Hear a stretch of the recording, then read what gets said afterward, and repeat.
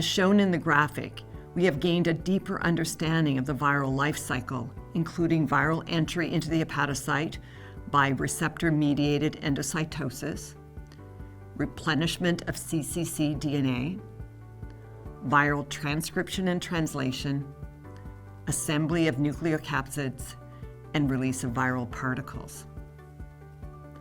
Additionally, individuals with chronic hepatitis B infection have impaired HBV-specific T-cell responses with specific features of exhaustion, as exemplified by the upregulation of multiple co-inhibitory receptors and transcriptional, metabolic, and epigenetic defects.